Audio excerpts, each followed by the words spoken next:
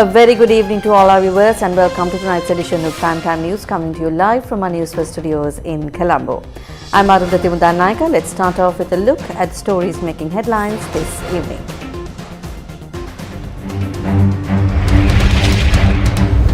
President criticizes the United Nations approach towards the crisis in Gaza. Protest march against price hikes and government's tax policy stopped by the police in Kandy. Police is used as a tool to suppress the people, a statement from Venerable Omalpe Sobitatero. Minister of Public Security Tiran Alas says the underworld is attempting to remove him from his position. ඒගොල්ලන් ලෑස්ති මිලියන ගණන් අපේ ලොකු ලොක්කන්ට හරි දීලා මාව ඇමතිකමින් අයින් කරගන්නේ. Do not have ties with the underworld. A strong advice from senior DIG Deshabandhu Tennakon. අපරාධ කාර්යොත් එක්ක බුදිගත්තොත් අපි අනිවාර්යෙන් බල්ලොත් එක්ක බුදිගත්ත හා සමානයි. Price of gas increased from midnight today. The NMRA files a complaint on vital documents being destroyed. Honorary Secretary of Sri Lanka Cricket resigns.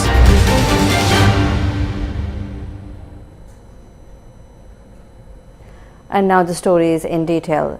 President Ranil Wickremesinghe questioned the differing standards applied by the West to Sri Lanka and Gaza and suggested that clean hands should be a universal requirement in international matters. Addressing the gathering at the opening of the courts complex in Valimada yesterday, President Ranil Wickremesinghe drew attention to the contrasting approaches of the international community when it comes to addressing human rights concerns in Sri Lanka and Gaza. When Hamas attacked Israel on 7th of October, the government of Sri Lanka condemned it. I said, though Sri Lanka stands by the principle of Palestine in statehood, we cannot condone this act. We can't condone terrorism. And it also left the government with the right of retaliation within the laws and rules available in the international community. But that, in my view, does not in any way justify the killings of over 10,000 people in the Gaza Strip. This is not figures that I have, these are figures that are being quoted by the UN agents. Now this raises another issue. Are you entitled to have declare war to one area of your own country? Can you go to war against? Now, we have gone through this question. And can countries condone it? Because when we brought a motion for the ceasefire, many of our countries, all of us voted for it.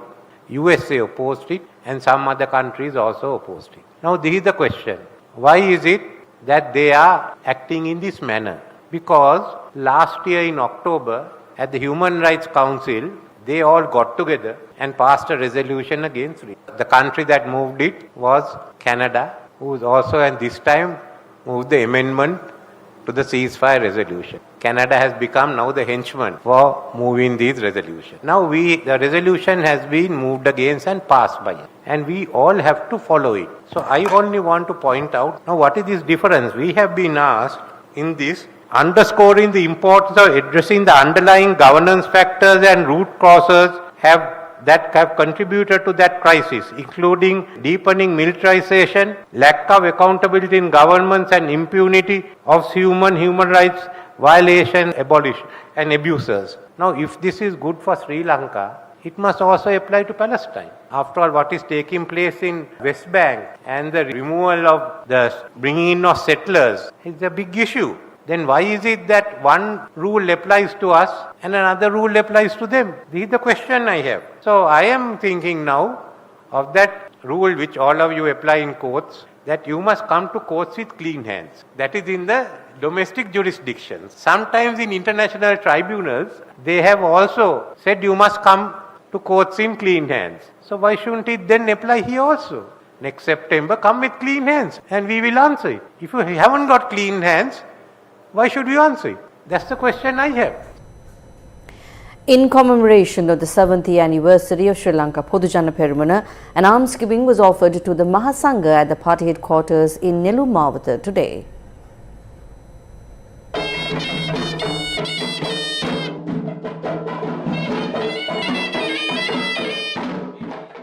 The event was organised with the aim of obtaining blessings for future activities of the party and in line with the birthday of former President Mahinda Rajapaksa.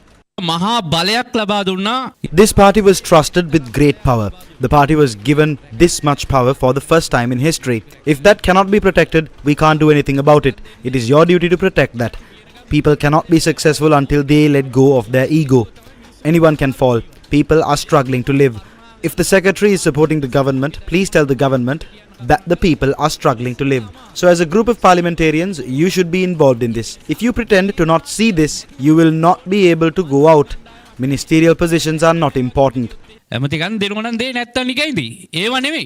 දැන් තව ටික දවසක් යනකොට දිව්‍ය ලෝකයන්ට පින් කරන්න ඕනේ නැහැ මේ කාංචනගේ අර විදුලි බිල එල්ලීලා යන්න පුළුවන්. ඒ තරම් විදුලි බිල. ඉතින් මිනිස්සු කොහොමද දරාගන්නේ? How can the people tolerate this? We are also responsible for this. These are the consequences of losing leadership. There are innocent, helpless people who are ashamed of the votes they cast. So stand for these people. Please stand against the unjust decisions of the government. මේ ආණ්ඩු ගන්න සමහර ගොන් තීන්දුවලට එරෙහිව කරුණාකරලා කියන්න.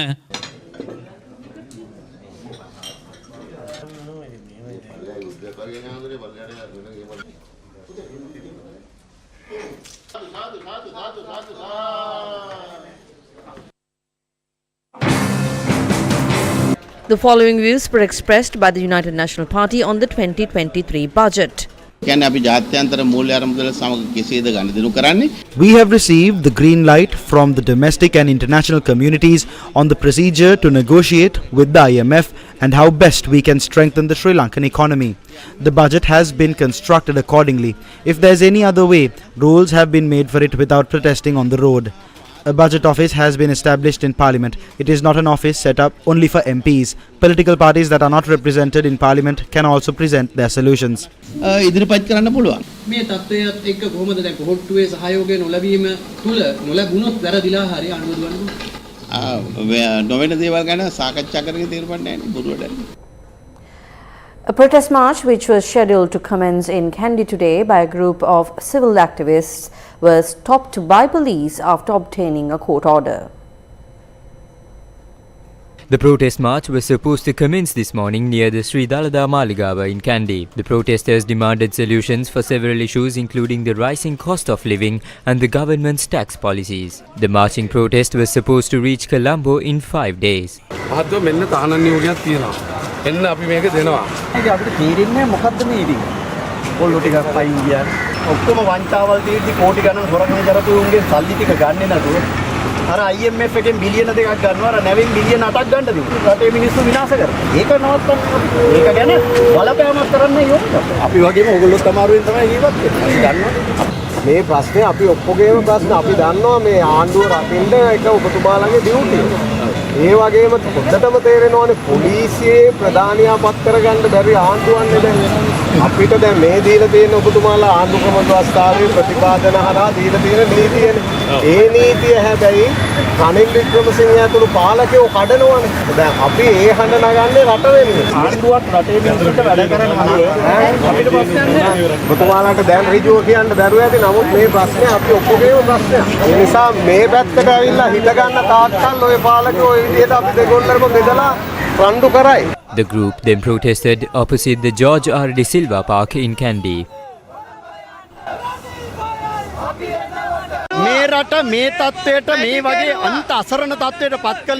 Rajapakshas made this country miserable. When billions of rupees are yet to be recovered from the Rajapakshas, the government led by Ranil and the Rajapakshas are protecting them and the wealth they've looted from the people of this country. At the same time, they are putting the tax burden on the people and increasing the prices of essentials to ensure their existence.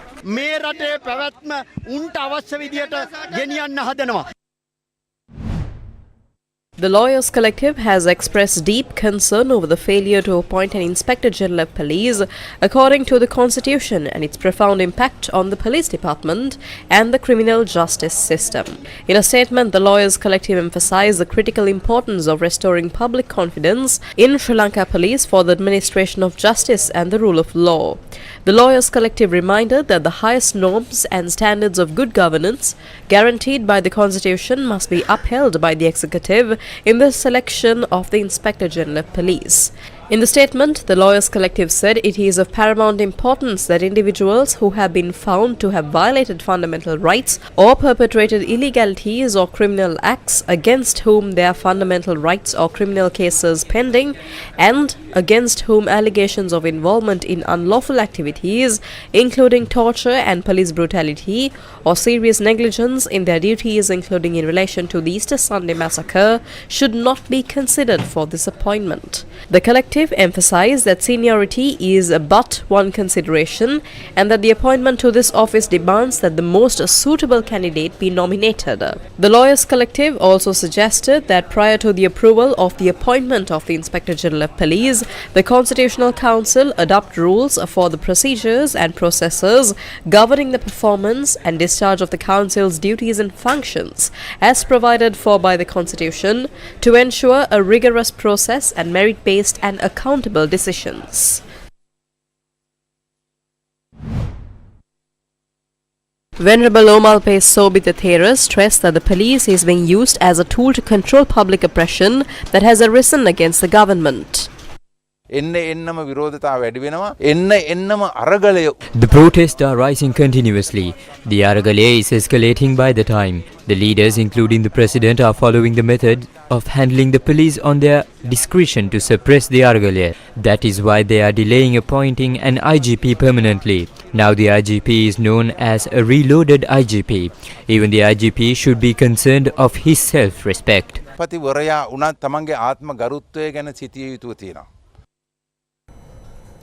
UNICEF says that 5.7 million people, including children in Sri Lanka, are in need of humanitarian aid.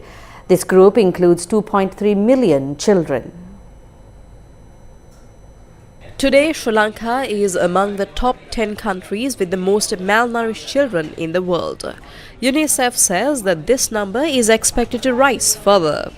The Household Income and Expenditure Survey conducted by the Department of Census and Statistics has revealed concerning figures. It revealed that the monthly income of the poorest 20% of families in the country is only 17,572 rupees. The monthly income of the poorest of 40% of families in Sri Lanka is 26,931 rupees.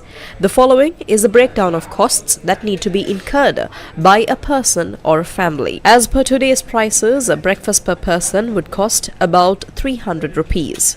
Accordingly, a family of 4 would need about 36,000 rupees per month for breakfast. A basic lunch without meat or fish costs around 350 rupees per day. Therefore, a family of 4 will need 42,000 rupees to purchase lunch for a month and another 42,000 rupees for dinner. Therefore, the cost of affording breakfast, lunch and dinner for a family of 4 would cost around 120,000 rupees per month. How many families are there in Sri Lanka who can at least spend 50,000 rupees for family expenses, let alone 120,000 rupees? This figure is calculated without including the costs needed to provide basic educational needs of the children such as uniforms, school bags, stationery, transport and tuition fees. This figure also does not include household expenses such as rent, medical needs, electricity and water bills and entertainment expenses. Workers in the tea and rubber plantation sector play a major role in generating valuable foreign exchange to the country. But, according to the Department of Census and Statistics, the average monthly income of a plantation worker is 46,865 rupees. The situation of citizens living in other parts of the country is no different. The living conditions of majority of public and private sector employees are the same. During and after the COVID-19 pandemic, the then central bank governor pointed out that over 500,000 temporary workers lost their jobs due to the lockdowns. The financial crisis that followed the bankruptcy of Sri Lanka left most of the country's workers partially or fully unemployed. According to government statistics, families have lost 40% of their nominal income in a year starting May 2022. What do these statistics indicate? These statistics indicate that the income of a large portion of our population is insufficient to provide 3 basic meals for a family, let alone the educational needs of the children. What are the government's measures to solve these issues? The government has now announced that the Ceylon Electricity Board will increase the electricity tariff by 18% on the 20th of October. A few days ago, Minister Bandula Gunawardene announced that the cabinet has approved the increase in value-added tax. Accordingly, the VAT will be increased by 15% to 18% from the 1st of January 2024, and the increase in VAT will also be imposed on certain goods and services that are not currently taxed.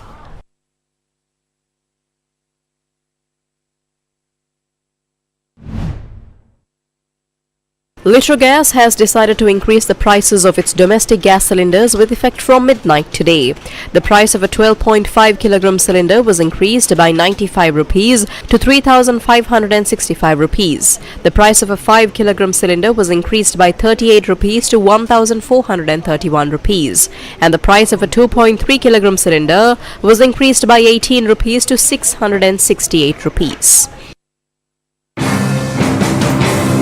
The government constantly says that more money is needed to spend on welfare of the people and to pay off the country's debts. Value-added tax and tax on sugar are being increased as means of increasing state revenue. But will these tax increases bring the desired government revenue? This is the first time in the history of Sri Lanka that a period has been set stating that the value-added tax will be increased from that day onwards. They are trying to unjustly enrich their friends. There is a possibility of them importing all these items using the old taxation system, but when they sell these items next year under the new taxation system, they will get a good profit.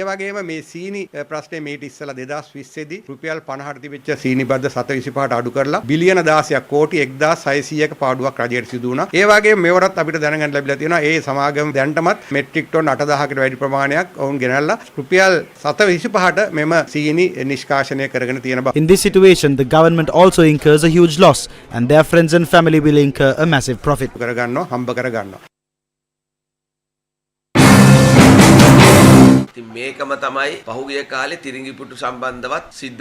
This is the same thing that happened with wheat flour in the recent past. This is the same thing that happened with alcohol. Because no matter what anyone says, it is very clear that the ones that brought sugar into the country are making a huge profit. There is no transparency in any transactions in this country. All decisions are taken by one family and only them. The IMF has not said to increase taxes. The IMF has said to increase income. So if the only way to increase income is to tax the poor and innocent, is it fair? Tax evaders continue to evade paying taxes. Are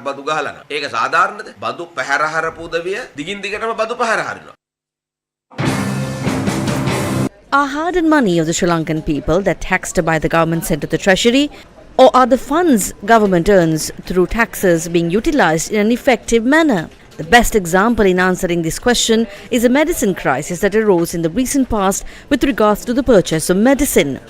The severity of the situation was evident when it was discovered that most of the purchased medicine was either substandard or was manufactured by companies that are not properly recognized. The most disturbing allegations in this regard are those levelled against the National Medicine Regulatory Authority or the NMRA, which is tasked with determining the quality and suitability of the so-called medicines. Today, a complaint has been filed in the CID by the NMRA regarding the shredding of documents containing fraudulent transactions. Through this letter, permission was granted with regards to the procurement process to the relevant corporation. The letter was signed by the Health Ministry Secretary. The Technical Committee assessment has published it.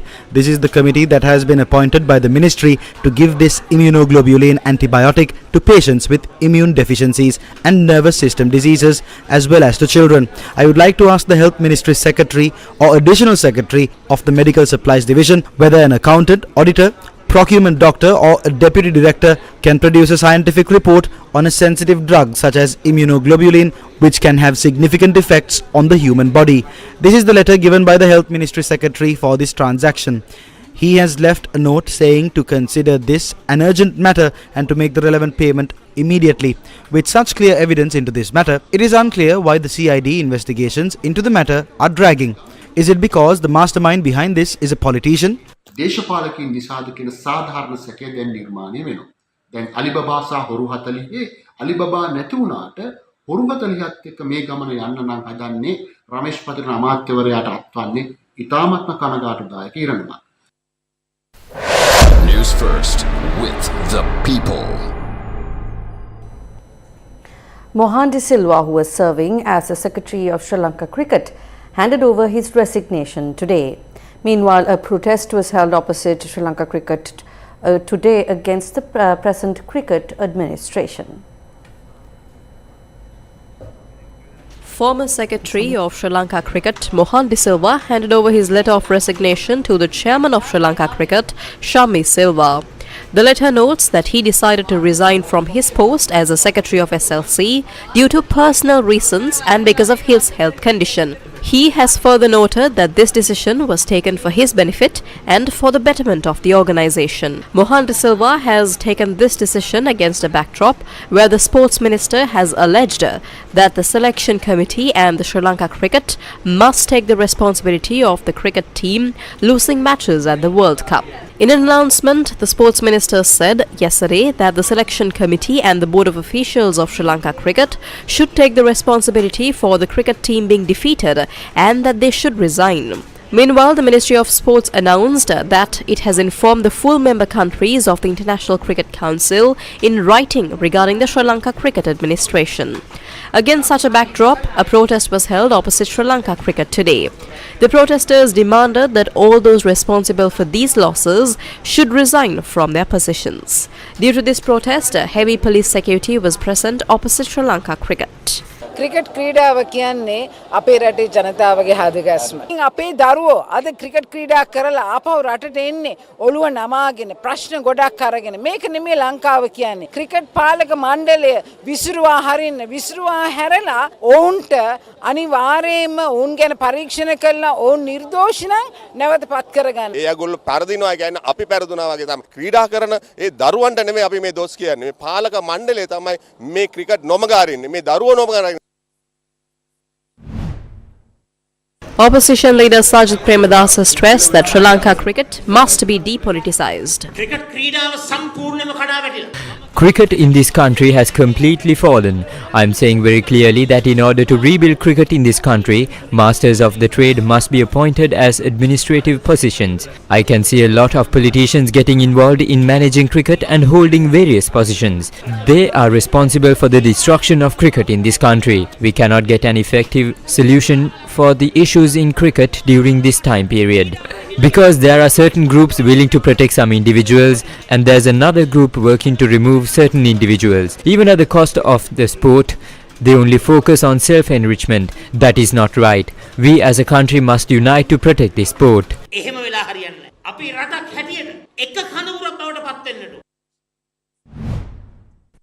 The Freedom Defenders Organisation also expressed the following views at a press briefing held today. Now they took hold of cricket and protested about cricket, held demonstrations and protest marches about it. But these issues can't be solved through such measures. Since this country is bankrupt, it is no surprise that the politicians are ruining cricket as well. The moment they touched the economy, they destroyed it. Now they are involved in cricket and absolute system change is the need of the hour. They cannot temporarily satisfy the people by flourishing cricket while ignoring the more pressing issues prevailing in the country. A program was conducted for police chiefs and officers in charge of police stations in the southern province today. The event was presided over by the Minister of Public Security, Tiran Nallas. බලාපොරොත්තු වෙච්ච විදිහට ඒ ප්‍රතිඵල ලැබිලා නැහැ. The results are not as I expected them to be. When we consider the southern province, what has happened to the roadblocks? There were roadblocks last week but no officer was present at the location. A face-covered motorcycle rider went past this roadblock 3 times. The roadblock was opened 3 times for the same motorcycle. That motorcycle wasn't stopped and inspected at any location. If any case like this comes up in any area, the OIC should be held responsible. Also, the DIG in charge of the division should also be held responsible. From today onwards, the OIC must be held responsible. Any criminal activity in the area, including drug dealing, I will be removing that OIC from the position. I will be looking into everything in every police area using the intelligence services. Look at the situation now. Things have fallen into a place where uniformed officers receiving threatening calls from underworld. Aren't you ashamed? So what can be done about that? We have to search for them. When you are going to arrest them, and if they resist, you should respond. As long as I am in this position, I will stand for you. All of us know that when the underworld leader Harakata was taken into custody, I was offered 700 million asking to take him to Dubai, instead bringing him to Sri Lanka. Even the president is aware of that.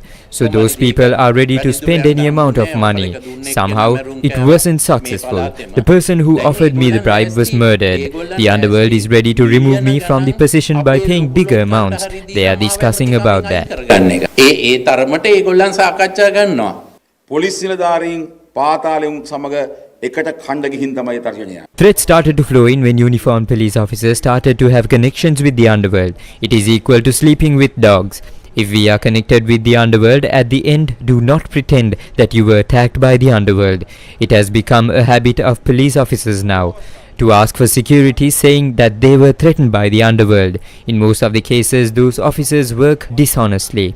They are getting these threats because they have various connections with the underworld and tried to break them halfway. So the underworld leader Harakata, who was in the custody of the Criminal Investigations Department, has offered millions to lower ranked officers there.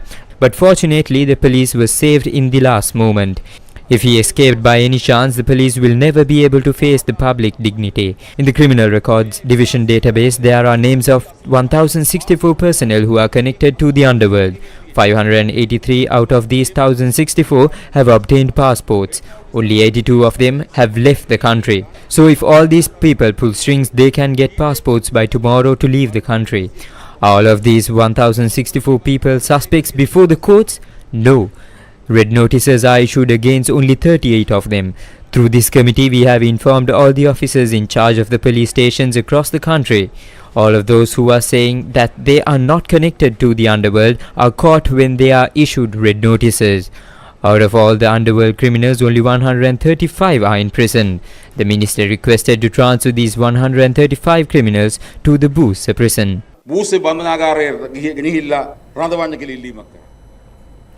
The body of millionaire businessman Dinesh Shter, which was kept under police protection for 6 months at the Karapitiya Teaching Hospital, was handed over to his family members today.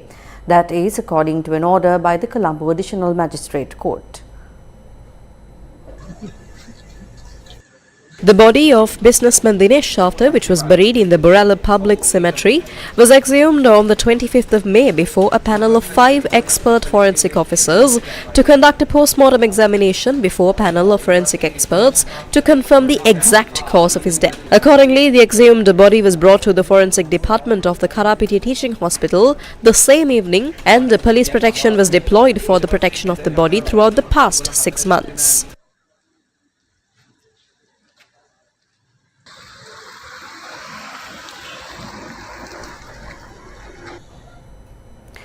Today was the second day of the Infotel Information Technology Exhibition. The exhibition is held under the theme Fueling the Digital Economy. Infotel 2023 will focus on key areas of the digital economy to support the government's effort to fuel Sri Lanka's economy through intelligent and modern technology. The exhibition covers digital government, smart education, smart health solutions, cyber security, agri-tech, artificial intelligence, smart cities, green energy and others. Infotel is happening here after 4 years. But this year it brings new meaning because this is the first Infotel after COVID, and COVID brought much more use for technology. Most of Sri Lankans who didn't have technology access before, they started using technology for the first time. We have gathered here at Infotel 2023 with the theme Fueling the Digital Economy. Quite timely because the government's aim is also to digitalize Sri Lanka and bring technology to the masses of Sri Lanka. Infotel 2023 also featured many local startups showcasing their solutions. This event is organized by the Federation of Information Technology Industry Sri Lanka in collaboration with the Ministry of Technology as part of the government's DigiEcon Sri Lanka initiative.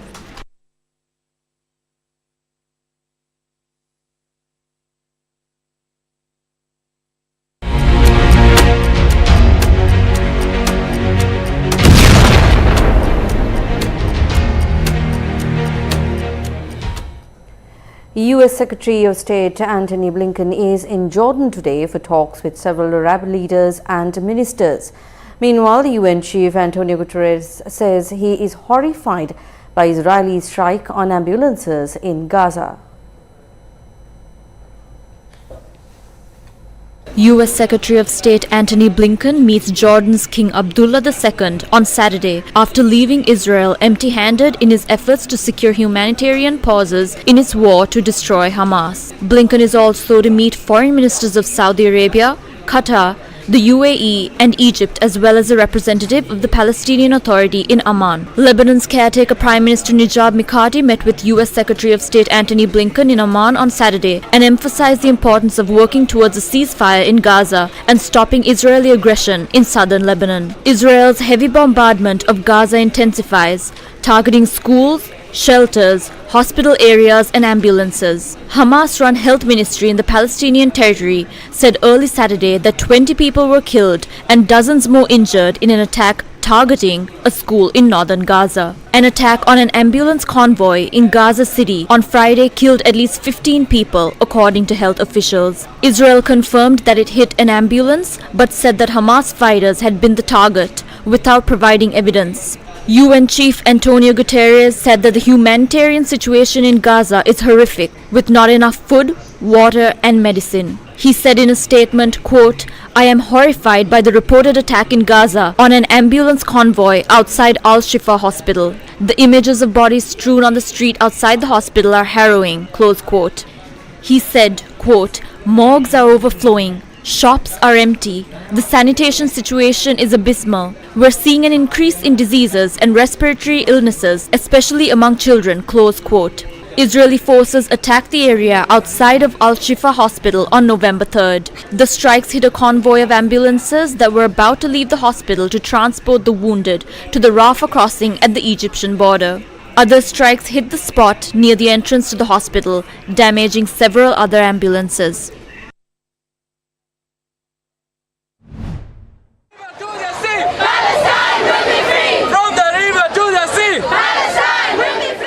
A protest was held near Nelumpokuna in Colombo, demanding an end to the conflict in Gaza today.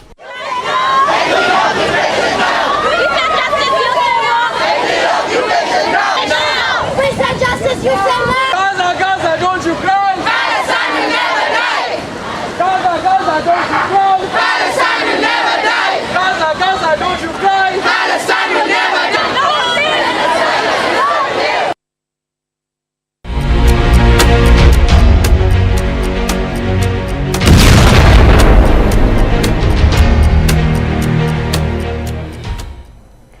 Day 42 of the second leg of the LOLC Davia program got underway in Badulla today. Day 42 of the second leg of the Davia program organized by the LOLC group got underway today.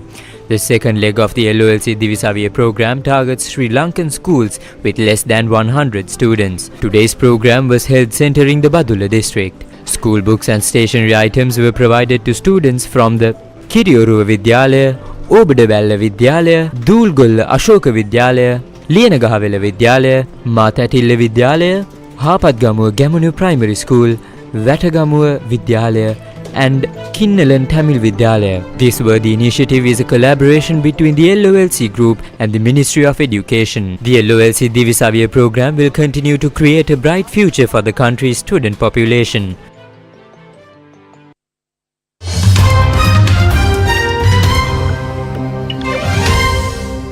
Moving on to news overseas, more than 150 people have been killed after an earthquake struck Western Nepal on Friday. A powerful earthquake that slammed Nepal's western Jajakot district on Saturday caused at least 150 deaths and several injuries, according to officials. The earthquake also caused buildings as far as New Delhi in neighboring India to tremble. According to Nepal's National Seismological Center, the quake occurred yesterday with a magnitude 6.4. The German Research Center for Geosciences, however, measured it at 5.7. 3 more tremors were felt within an hour of the quake, and many people had spent the rest of the night in the open because of fear of further quakes and damage to their houses. Prime Minister of Nepal expressed his deep sorrow on social media platform X, over the death toll and destruction caused by the earthquake before travelling to the impacted area on Saturday. He declared that he had given the go-ahead for security services to begin rescue and relief efforts right away. However, landslides caused by the earthquake are obstructing roadways, making search and rescue efforts more difficult. Pakistan troops thwart terrorist attack on Air Force base, killing 9 fighters.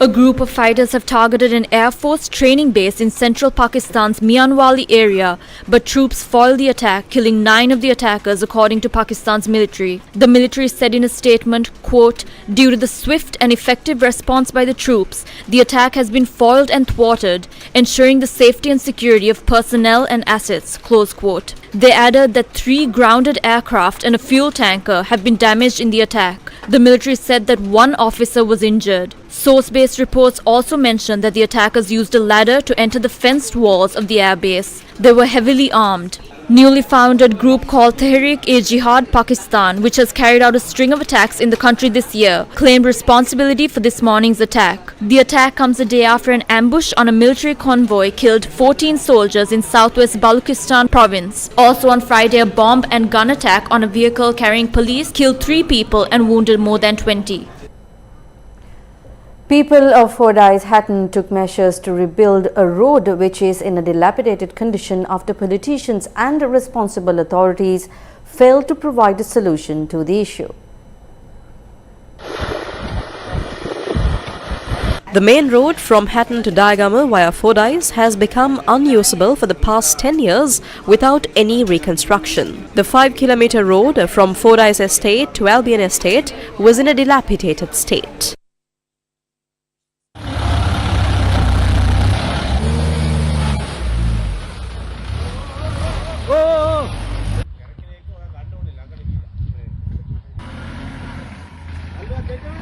It is very hard to travel on this road. The situation of the road is very bad. Drivers are severely inconvenienced when they are taking their children to school. Many accidents have taken place on this road. The government is ineffective. We see no action in this regard. The foundation stone was laid 3 years ago, but no one has continued the project. Due to this, buses and other vehicles had to travel on this road with a risk. Several accidents have already occurred on this road, resulting in fatalities and injuries. This road is also a shortcut from Hatton to many areas including Bopatalawa, Diagama, Agarapathana, Manrasi and other areas. The promises made by the politicians during the elections to construct this road have not been fulfilled. The private bus owners, employees and other workers who realized the reality of election promises began renovation activities of the road today.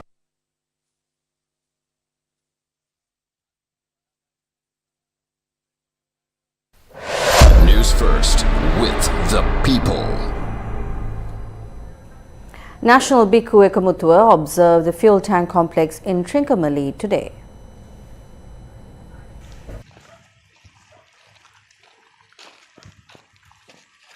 Leader of the National Bhikkhu Ekamutua and the chief incumbent of the Mihintale Rajamahaviharaya, Venerable Valawa Hangunawave Dhammaratana Thera, and Secretary General of the National Bhikkhu Ekamutua, Venerable Pahayangala Anandasagara Thera were present at the event.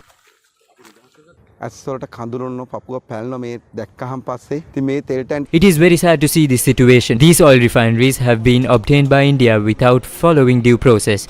This is what the Indian Finance Minister has been eyeing during her visit. It is no doubt that President Wickremesinghe will sign the relevant sales agreements very soon. We are telling the people of this country to unite to stop it.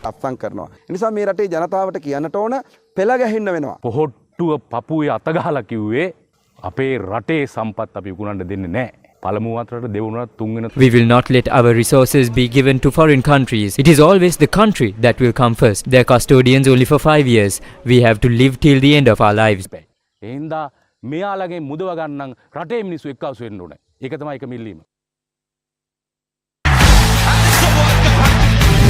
official ICC Men's Cricket World Cup India 2023.